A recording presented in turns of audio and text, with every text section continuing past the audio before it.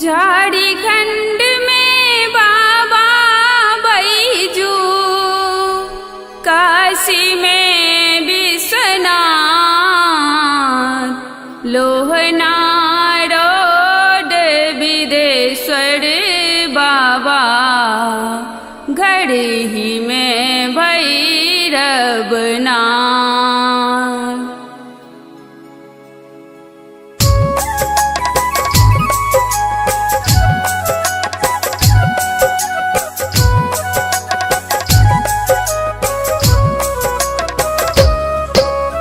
झारखंड में बाबा बैजू, काशी में विश्वनाथ, लोहना रोड विदेश्वर बाबा, घड़ी में भैरवनाथ।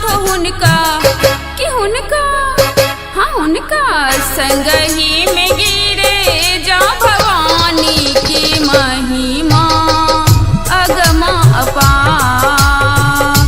कि उनका संग ही में गिरे जा भवानी की महिमा अगमा अपार।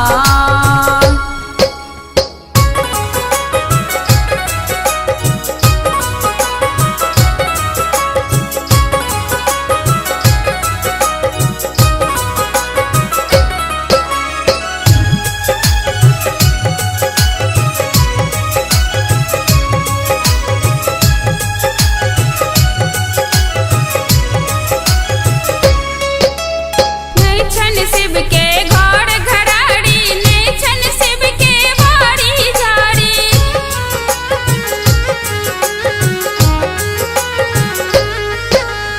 नेछन शिव के घोड़ घराड़ी, नेछन शिव के बाड़ी झाड़ी। भांग खाइत ओ गुजर करई छत, गौरी शरण बन भांग लोड़बाई छत हो।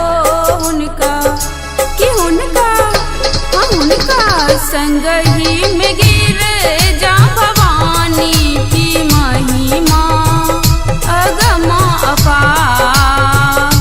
कि उनका संग ही में गिर जा भवानी की महिमा अगमा अपार।